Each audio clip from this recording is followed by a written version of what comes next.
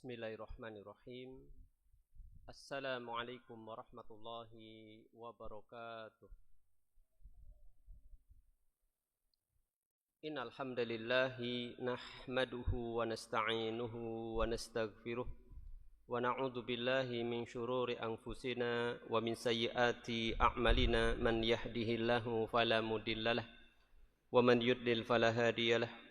Wa ashhadu an la ilaha illallah wahdahu la syarika lah wa ashhadu anna Muhammadan abduhu wa rasuluhu wa sallallahu ala Muhammadin wa ala alihi wa sahbihi wa man tabi'ahum bi ihsanin ila yaumiddin. Bapak dan Ibu jamaah kaum muslimin yang semoga dirahmati Allah tabaraka wa taala, marilah kita untuk senantiasa memuji Allah tabaraka wa ta'ala, bersyukur atas nikmat Allah yang Allah berikan kepada kita semuanya. Semoga salawat dan salam akan senantiasa terlimpahkan kepada Nabi kita yang mulia, Nabi Agung Muhammad sallallahu alaihi wasallam, demikian juga kepada keluarga beliau, para sahabat dan segenap umatnya yang mengikuti ajarannya hingga akhir zaman nanti.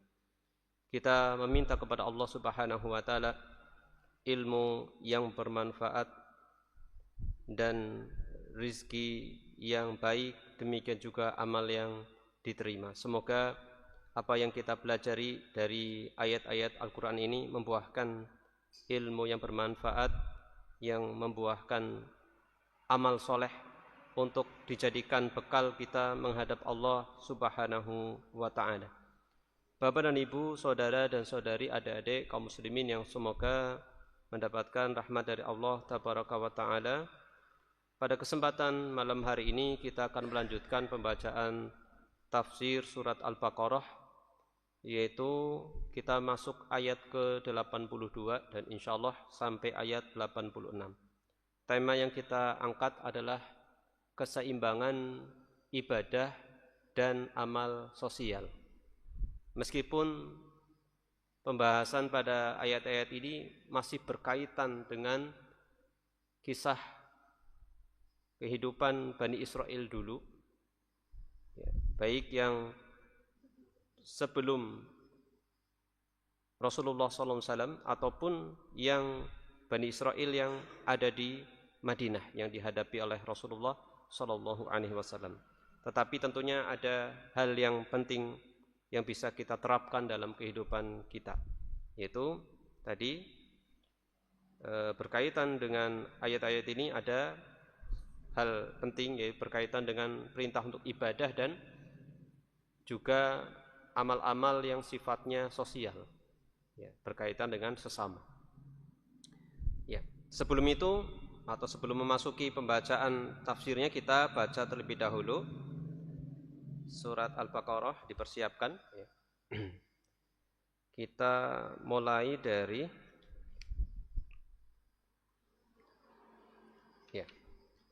ayat 82 ya, karena nanti sebaliknya ya sampai 86. Ini cukup panjang juga ya. Ya. Ya. Kita mulai awali dengan membaca ta'awud. A'udzu billahi minasy syaithanir rajim.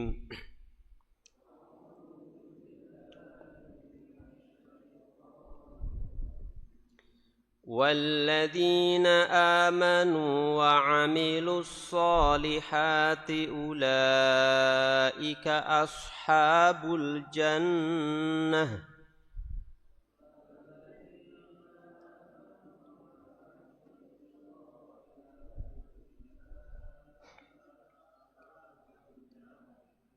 هم فيها خالدون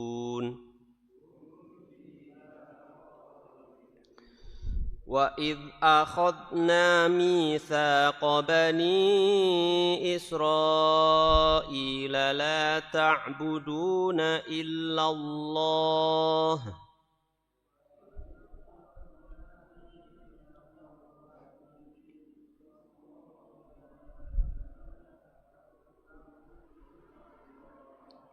وبالوالدين إحسانا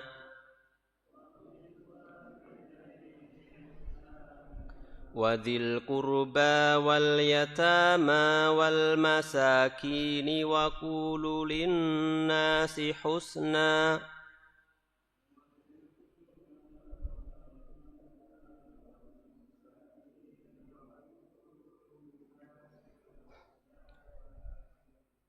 وأقيموا الصلاة وآتوا الزكاة ثم توليتم إلا قليلا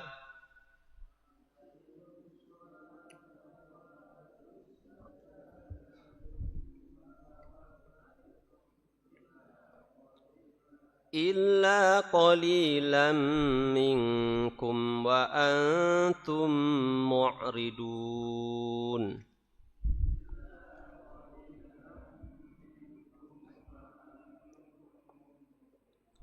وَإِذْ أَخَذْنَا مِيثَاقَكُمْ لَا تَسْفِكُونَ دِمَاءَكُمْ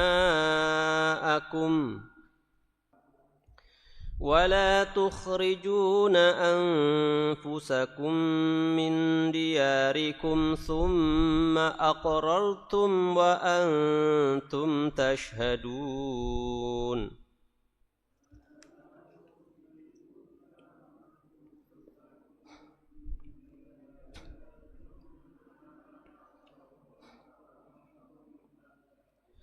ثم أنتم هؤلاء تقتلون أنفسكم وتخرجون فريقا منكم من ديارهم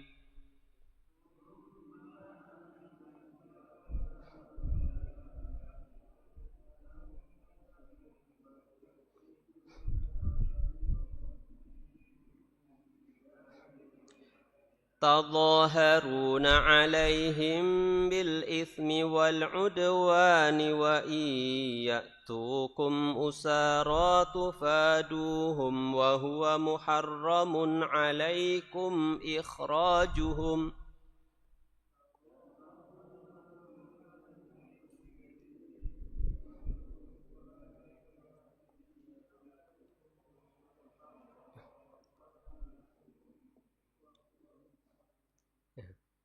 أفتؤمنون ببعض الكتاب وتكفرون ببعض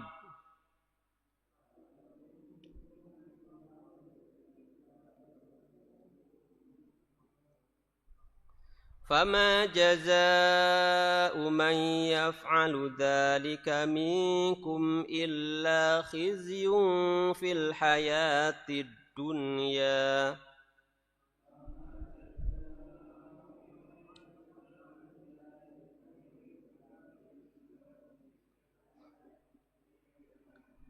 ويوم القيامة يردون إلى أشد العذاب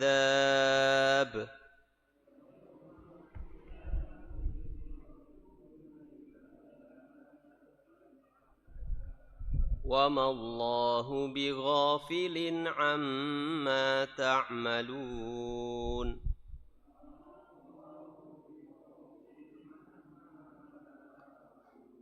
أولئك الذين اشتروا الحياة الدنيا بالآخرة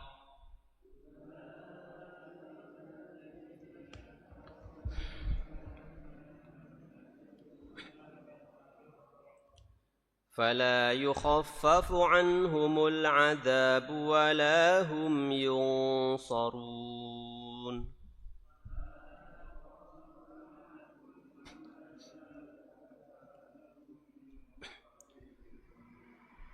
Jamaah yang berbahagia, kaum muslimin, ya semoga dirahmati Allah Subhanahu wa taala.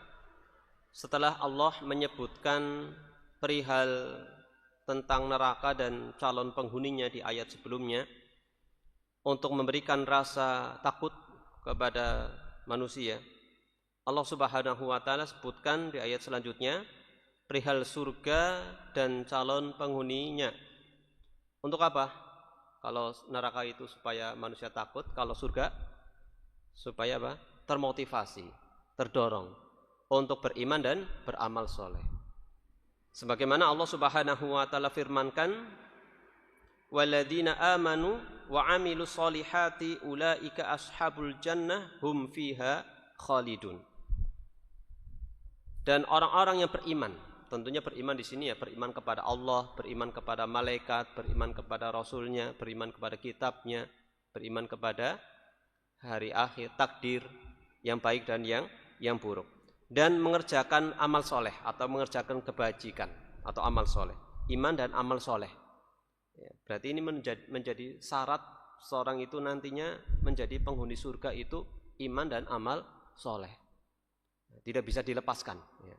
Banyak ayat-ayat yang menyebutkan seperti itu, bahwasanya iman dan amal soleh adalah kunci utama seseorang itu bisa masuk ke dalam surga, termasuk nantinya bisa masuk surga. Mereka itu penghuni surga. Mereka itu penghuni surga.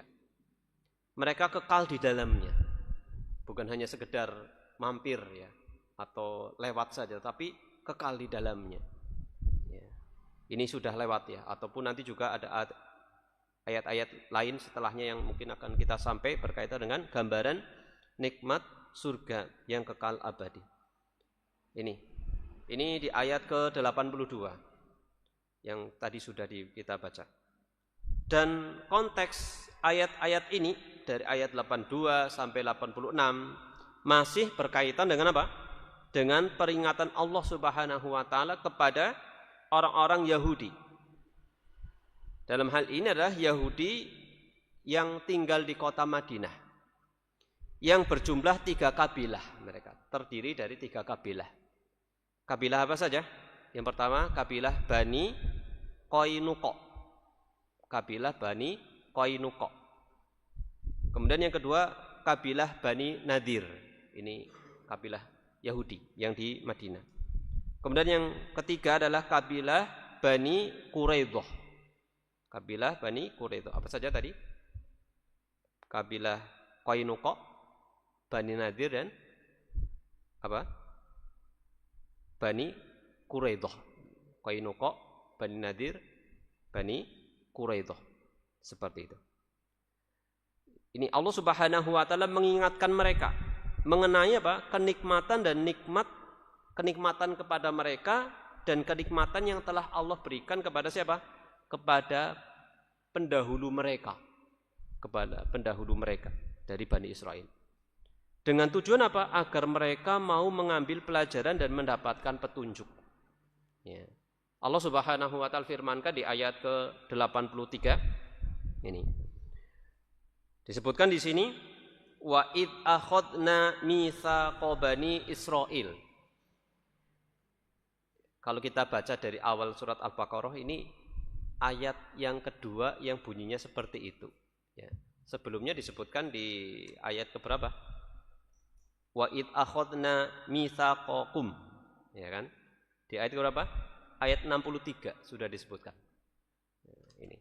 Jadi disebutkan di ayat ke-83 wa id akhadna mitsaqa bani Israil la ta'buduna illallah wa bil walidaini ihsana wa dzil qurba wal yatama wal masakin wa qulu lin nasi husna wa aqimus salata wa atuz zakata tsumma tawallaitum illa qalilan minkum wa antum mu'ridun. Yang artinya apa? Dan ingatlah ketika kami mengambil janji dari Bani Israel. Diambil perjanjian kepada Bani Israel ini. Isinya apa saja disebutkan di ayat ini. Tentunya ditambah di ayat tadi 63 ya. Nah, sebelumnya juga. Pertama di ayat ini, janganlah kalian menyembah selain Allah. Maksudnya apa? Sembahlah Allah saja. Janganlah kalian beribadah kecuali hanya kepada Allah Subhanahu wa taala. Ini yang pertama. Yang kedua, dan berbuat baiklah kepada kedua orang tua. Dan berbuat baiklah kepada orang tua. Yang ketiga, berbuat baik kepada kaum kerabat. Atau juga bisa dimaknai dengan teman dekat. Sohib. Dawi itu juga dimaknai dengan sohib, yaitu bisa dimaknai teman dekat. Anak-anak yatim. Yatama itu jamak, bentuk jamak dari anak-anak yatim, dari yatim, yaitu anak-anak yatim. Yatama berarti anak-anak yatim. Kemudian dan orang miskin, dan orang miskin. Ini yang sesuai dengan tema yang kita sampaikan atau kita angkat pada kesempatan pada malam hari ini. Ya, ini. Jadi yang pertama perintah untuk ibadah hanya kepada Allah. Kemudian juga ada amal sosial, diurutkan orang-orang yang haknya paling besar dan seterusnya. Di ayat ini selain menunaikan hak Allah, berikutnya adalah menunaikan kedua hak orang tua, kemudian kaum kerabat, anak-anak yatim dan orang-orang miskin. Ucapkanlah kata-kata yang baik kepada manusia. Sudah keberapa ini? Pertama, beribadah kepada Allah, hak orang tua, kemudian kerabat, anak yatim, orang miskin. Setelah itu yang keenam adalah di antara isi perjanjian adalah ucapkanlah kata-kata yang baik kepada manusia. Ini perintah dari Allah Subhanahu wa taala yang dulu disampaikan kepada Bani Israel. Tentunya ayat ini tidak hanya berlaku untuk mereka saja. Ini namanya sebuah kaidah yang diambil dari ayat Al-Qur'an. Kaidah itu misalkan awalnya itu khusus diturunkan kepada suatu kaum dulunya, tetapi bisa berlaku untuk siapa saja dan diterapkan, dijadikan sebagai kaidah. Ini, ucapkanlah kata-kata yang baik kepada manusia. Manusia pun siapapun manusia, ya, siapapun manusia. Dirikanlah sholat yang keberapa? Dirikanlah sholat. Yang ketujuh ya, dan yang kedelapan tunaikanlah zakat. Ini. Selalu antara sholat dan zakat selalu apa? Sering digandengkan. Di awal-awal surat Al-Baqarah juga seperti itu. Kemudian kalian berpaling, tetapi kenyataannya kalian berpaling kecuali sebagian kecil dari kalian dan kalian masih menjadi orang-orang yang berpaling. Ya, berpaling kecuali sebagian dan kebanyakan berpaling. Bapak Ibu jamaah kaum muslimin yang semoga dirahmati Allah Subhanahu wa taala, disebutkan di sini mitsaq adalah janji yang dikuatkan dengan sumpah janji, tapi juga lebih kuat lagi ada sumpahnya. Ya. Ya, ini kan juga diterapkan ya di kalau orang mendapatkan jabatan tertentu atau apa itu kadang berlaku seperti itu, diterapkan seperti itu. Nah, pada ayat yang mulia ini Allah Subhanahu wa taala mengingatkan mereka yaitu Bani Israel akan janji yang telah diambil dari mereka dalam Taurat. Ini disebutkan di dalam kitab mereka, kitab suci mereka itu kitab Taurat. Isi perjanjian ini apa saja ditafsirkan di ayat itu juga. Sampai di ayat ini ada berapa? 8. Nanti ditambah di ayat ke-63 sebelumnya, itu totalnya jadi 10. Totalnya jadi 10. Ya. Yang pertama Bapak Ibu kita jelaskan ya, rincian dari 8 sumpah atau janji yang Allah beri atau ambil kepada mereka. Mereka diambil janjinya oleh Allah Subhanahu wa taala. Yang pertama adalah agar mereka menyembah hanya kepada Allah dan tidak menyekutukannya dengan selainnya. Perintah untuk beribadah hanya kepada Allah Subhanahu wa taala, mentauhidkan Allah Subhanahu wa taala. Jadi namanya menyekutukan itu ya bukan maknanya sama sekali tidak menyembah Allah. Menyembah Allah juga menyembah kepada selain Allah, itu namanya menyekutukan. Ya, seperti itu. Allah Subhanahu wa taala perintahkan seluruh makhluk untuk beribadah kepada Allah. Allah ciptakan mereka untuk beribadah kepadanya. Sebagaimana disebutkan dalam surat Ad-Dariyat, "Wa ma khalaqatul jinna wal insa illa liya'budun."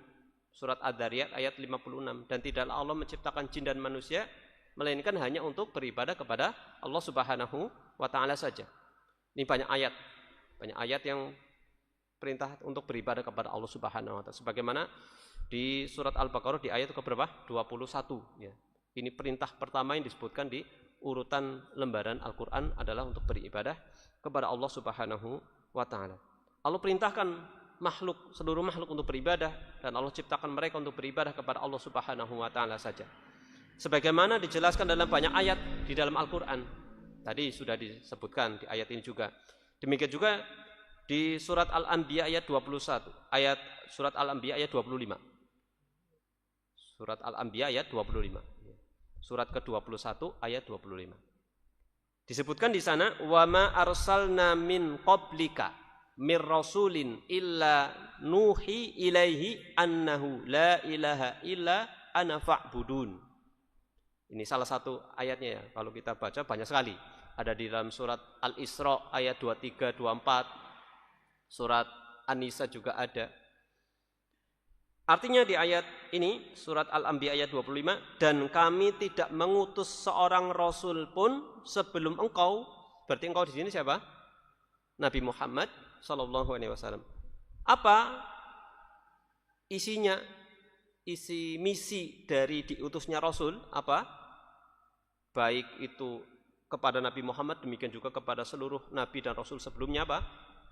Melainkan kami wahyukan kepadanya bahwa tidak ada Tuhan yang berhak disembah selain aku. Ya, ini namanya nabi itu kan seorang laki-laki yang diberi wahyu oleh Allah Subhanahu wa taala. Kalau rasul ada tambahan lagi, diperintahkan untuk menyampaikan, berdakwah gitu. Jadi nabi itu laki-laki, enggak ada nabi perempuan ya. Nabi perempuan itu enggak ada. Semuanya isi wahyunya apa? Pertama adalah untuk beribadah kepada Allah. Kami wahyukan kepadanya bahwa tidak ada Tuhan yang berhak disembah selain aku, maka sembahlah aku. Ini di dalam surat Al-Anbiya ayat 25 dan ayat-ayat yang lainnya. Ini isi perjanjian yang diambil oleh Allah kepada Bani Israel. Pertama, apa? Perintah untuk beribadah hanya kepada Allah Subhanahu wa ta'ala. Kemudian yang kedua, setelah hak Allah, tadi hak Allah kan beribadah. Makanya salah satu sahabat Mu'ad bin Jabal. Ya, Mu'ad bin Jabal, ya. Suatu ketika bonceng Rasulullah sallallahu alaihi wasallam. Rasulullah bertanya, "Ya Mu'ad, ma haqqullah 'alal ibad wa ma haqqul ibad 'ala Allah?" Haknya Allah yang wajib ditunaikan hamba itu apa, dan haknya hamba yang akan diberikan Allah kepadanya itu apa? Maka Mu'ad mengatakan Allah dan Rasulnya lebih tahu. Maka dijelaskan hak Allah atas hamba itu apa? Hamba itu menyembah hanya kepada Allah saja, tidak menyekutukan. Kemudian haknya hamba kalau menyembah hanya kepada Allah, Allah tidak akan mengadab dengan siksa neraka. Gitu. Ini, masya Allah. Ini masih kecil itu, belasan tahun diajari seperti itu. Nah, bonceng. Ini diantara bentuk pengajaran ya. Anaknya diboncengin, kemudian sambil dinasehatin, itu akan lebih masuk apa tidak? Lebih masuk sambil, ayo nak, bapak misalkan seorang bapak mau nasihatin anaknya atau memberi ini, ayo jalan-jalan sore, sambil dibilangin.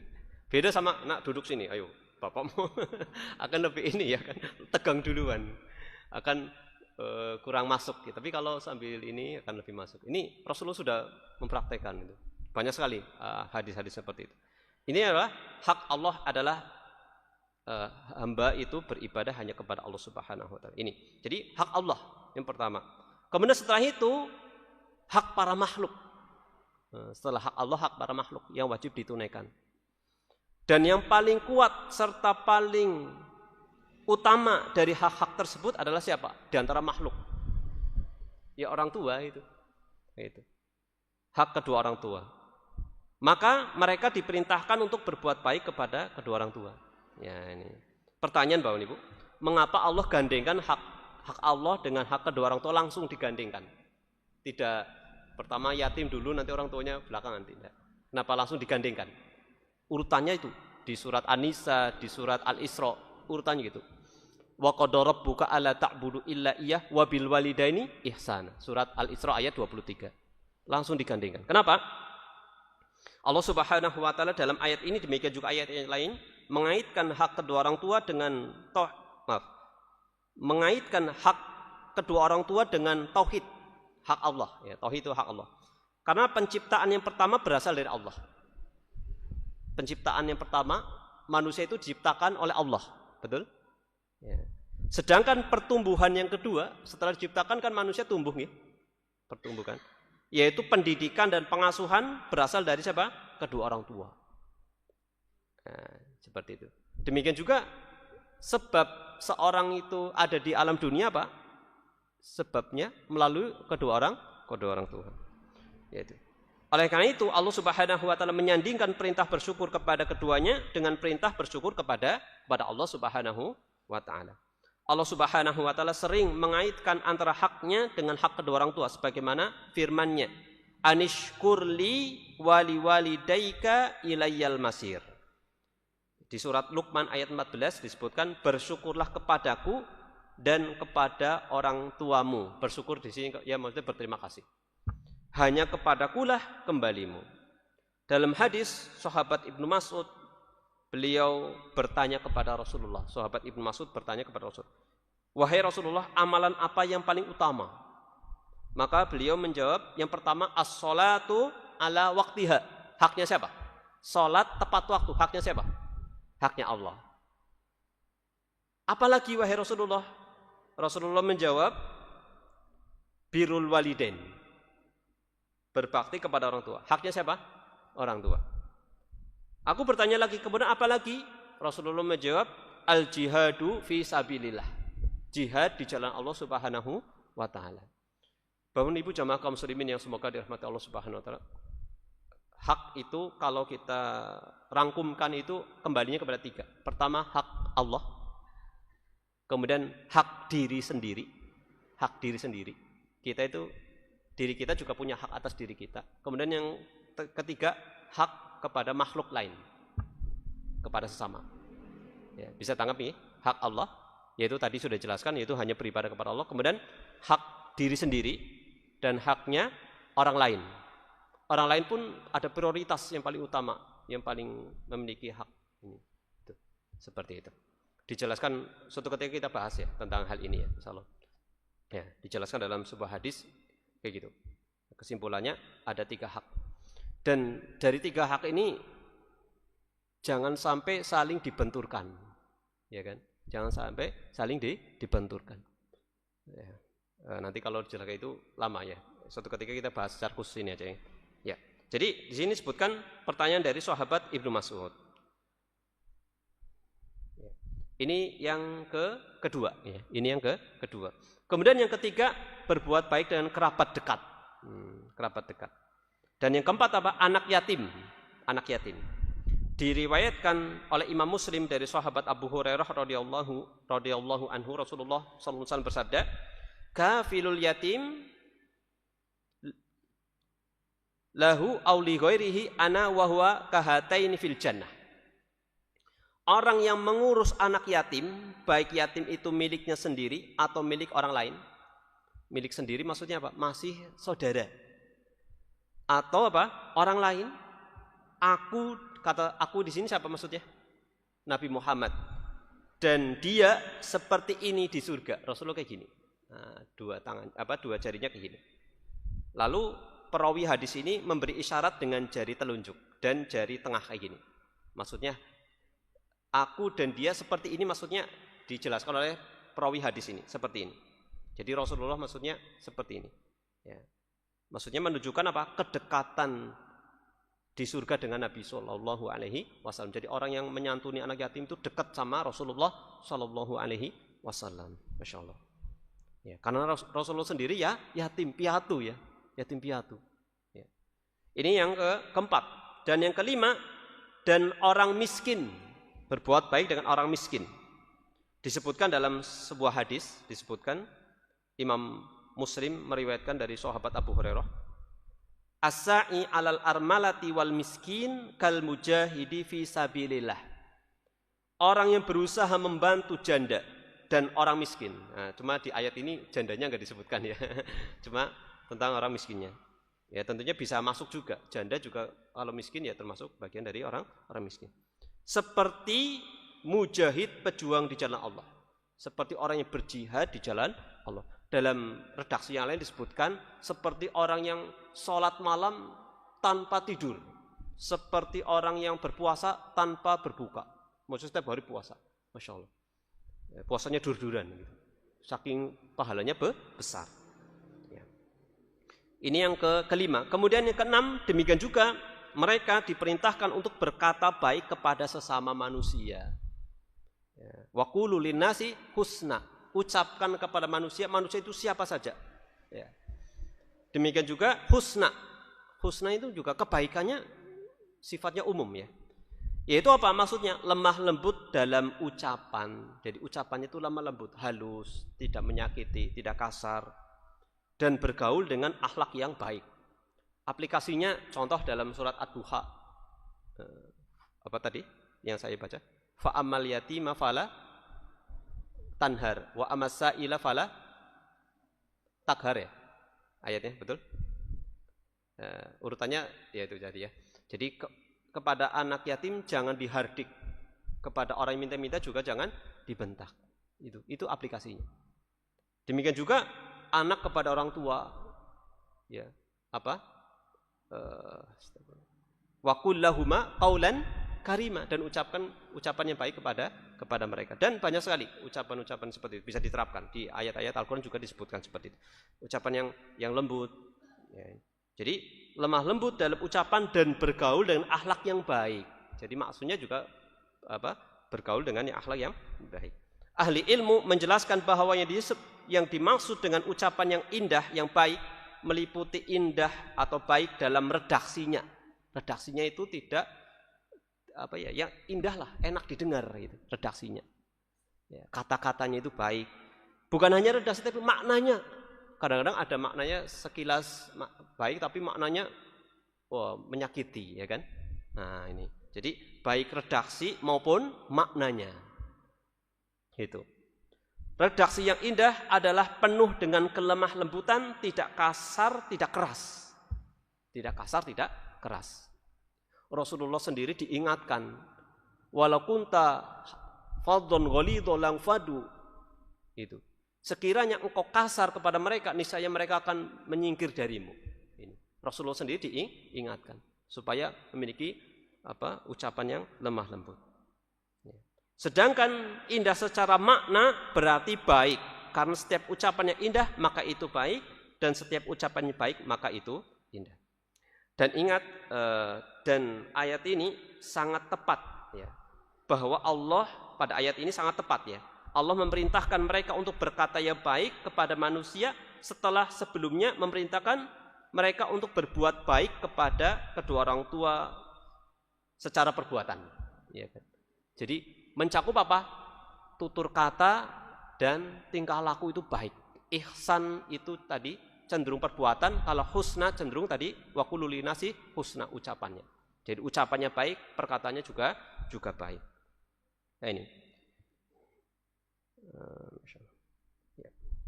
Maka dengan itu Allah Subhanahu wa taala menggabungkan dua sisi kebaikan, kebaikan secara perbuatan dan kebaikan secara ucapan. Begitu indahnya agama Islam, Bapak Ibu. Ya. Jangan sampai malah ini diterapkan oleh orang luar Islam untuk menarik manusia masuk ke dalam agama mereka. Padahal ini ajaran agama Islam. Iya kan? Betul enggak? Misionaris kan ucapan baik kan? Tujuannya apa? Mengkufurkan manusia. Umat Islam lebih harusnya layak untuk mempraktikkan hal seperti ini. Ucapannya baik, perbuatannya baik. Ya, ini. Ada seorang ulama itu sampai dikenal dia dijuluki si gula. Jadi sangat manis ucapannya, perbuatan, tutur katanya. Sampai ada seorang tetangganya dia butuh uang, ingin pindah, dijual rumahnya dengan harga sekian gitu ya. Kemudian dengar dia ketika lagi transaksi, si ulama ini dengar itu obrolan antara ini apa yang lagi transaksi, yang mau beli itu sama yang menjual ini tetangganya. Sekian, tambahin lagi karena kok tambah lagi karena saya harus berpisah sama beliau. Tetangga saya yang saat itu. Nilainya lebih mahal daripada rumah ini. Dengar itu dideketin. Setelah itu enggak jadi, setelah itu dideketin. Kamu mau pindah? Enggak usah pindah nih, saya kasih uang yang tadi total semuanya. Subhanallah. Karena kamu benar-benar itu saking benar-benar menghargai saya gitu. Masya Allah, baik sekali itu. Coba ada enggak seperti itu? Tetanggamu dia, wis ora usah pindah kita tek dene itu gitu. Kamu kan lagi BO ya, butuh uang itu seperti itu. Masya Allah. Nah, ini sampai dijuluki si gula. Masya Allah. Kembali ke sini, Bapak Ibu. Ini yang keberapa tadi? Keenam ya, berkata yang baik. Ketujuh, mendirikan sholat dan menunaikan zakat. Mendirikan sholat ini berkaitan dengan hablum minallah, menunaikan zakat hablum minanas. Perjanjian ini mencakup 10 hal yang diturunkan kepada Nabi Musa alaihi salam, sebagian disebutkan pada ayat ini dan sebagian ketika Gunung Tursina diangkat, yaitu di ayat ke-63. Namun kebanyakan dari mereka, kata Allah, melanggar perjanjian ini dan berpaling darinya. Dia Allah Subhanahu wa taala mencela perbuatan mereka karena mayoritas dari mereka telah melanggar perjanjian dan ikatan itu serta tidak menepatinya. Di ayat ke-84 Allah berfirman, wa id akhadna mitsaqakum la tasfikuna dima'akum wa la tukhrijuna anfusakum min diyarikum tsumma aqrartum wa antum tashhadun. Dan ingatlah juga ketika kami mengambil janji dari kalian, janganlah kalian menumpahkan darah sesama kalian dan janganlah kalian mengusir diri sendiri dari kampung halaman kalian. Ya, sesama diri sendiri. Kemudian kalian mengakui perjanjian itu dan kalian menyaksikannya. Pada ayat yang mulia ini Allah mengingatkan mereka tentang perjanjian khusus yang juga diambil dari mereka dalam Taurat. Bahkan bahwa orang Bani Israel tidak boleh membunuh sesama orang Bani Israel dan tidak boleh mengusir mereka dari rumah-rumah mereka dengan kedzaliman, melampaui batas dan permusuhan. Jika mereka menjadi tawanan, maka harus dibebaskan dengan segala cara. Tidak boleh dibiarkan tertawan. Allah Subhanahu wa taala telah mengambil dari mereka perjanjian yang kuat, kokoh atas hal ini. Ya. Mereka telah mengakui perjanjian ini dan bersaksi atasnya. Pertanyaan, mengapa tidak disebutkan di ayat ini mereka membunuh sebagian mereka membunuh sebagian yang lain, tapi membunuh diri mereka sendiri. Tapi kenyataannya tidak bunuh diri, bukan? Ya, paham? Aslinya kan membunuh sesama, tetapi disebutkan membunuh diri mereka sendiri. Ya, tidak sebagian ini. Kenapa? Karena sejatinya mereka adalah satu umat. Gitu. Ya. Dan disebutkan membunuh diri mereka sendiri, tapi maknanya mereka membunuh sesama, bukan membunuh jiwa mereka sendiri, bukan bunuh diri maksudnya. Gitu. Nah, kemudian di ayat ke-85 Allah berfirman, yang artinya, lalu kalian, betapapun kalian itu membunuh diri kalian sendiri dan mengusir sebagian dari kalian dari tempat tinggal mereka dengan saling bantu dalam dosa dan permusuhan, dan apabila mereka datang kepada kalian sebagai tawanan, kalian menebus mereka padahal diharamkan atas kalian mengeluarkan mereka. Apakah kalian beriman kepada sebagian kitab tetapi mengingkari sebagian yang lain? Maka apa balasan bagi orang yang melakukan demikian di antara kalian kecuali kehinaan dalam kehidupan dunia ini, dan pada hari kiamat mereka dikembalikan kepada azab yang pedih. Bapak Ibu jamaah kaum muslimin yang semoga dirahmati Allah Subhanahu wa taala, pada ayat ini Allah Subhanahu wa taala mencela mereka karena mereka tidak memenuhi perjanjian tersebut. Mereka justru membunuh sesama Yahudi dan mengusir mereka dari rumah mereka dengan kedzaliman. Namun di waktu yang sama, jika ada tawanan dari kalangan mereka, mereka menebusnya dengan segala cara. Gitu. Baik dengan harga yang mahal ataupun yang murah sekalipun. Walaupun sebelumnya merekalah yang menyebabkan tertawanya orang itu. Maka Allah mengingkari perbuatan mereka ini karena mereka mengabaikan sebagian perintah kitab dan hanya menjalankan sebagian yang lain sesuai hawa nafsu mereka. Inilah makna dari beriman kepada sebagian dan kafir kepada sebagian yang lain. Balasnya apa? Mereka mendapatkan kehinaan di dunia dan azab di akhirat. Ya. Masih lama, betul? Ya. Berkaitan dengan ayat yang mulia ini, peristiwa ini terjadi di kota Madinah. Ya. Hal ini karena penduduk Madinah terdiri dari dua kabilah, Aus dan Khazraj. Ya, jadi kabilah utama aslinya Madinah itu, penduduk aslinya itu Aus dan Khazraj. Serta kabilah Yahudi yang tadi disebutkan ada 3 ya. Di antara mereka sering terjadi peperangan karena berbagai sebab. Jadi lama, puluhan tahun, ratusan tahun perang antara kabilah Aus dan Khazraj. Ya. Bani Qainuqa dan Bani Nadir merupakan sekutu Khazraj. Nah ini, jadi nanti yang kabilah Yahudi itu melebur, ada yang ikut mendukung ini, ada mendukung ini. Ya. Sedangkan Bani Quraidah merupakan sekutu Aus. Maka jika terjadi peperangan antara Aus dan Khazraj, kaum Yahudi ikut berperang bersama sekutu mereka.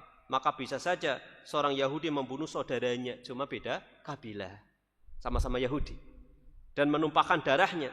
Namun ketika perang berakhir, mereka menebus tawanan demi menaati perintah Allah, karena Allah mewajibkan hal itu kepada mereka. Ini.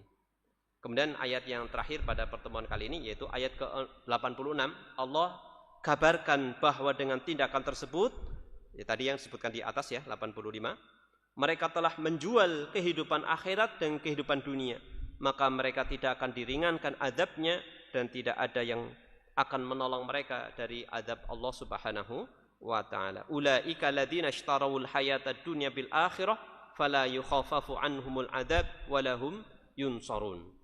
Mereka itulah orang-orang yang menukar kehidupan dunia dengan akhirat, maka tidak akan diringankan siksa mereka dan tidak pula mereka akan ditolong.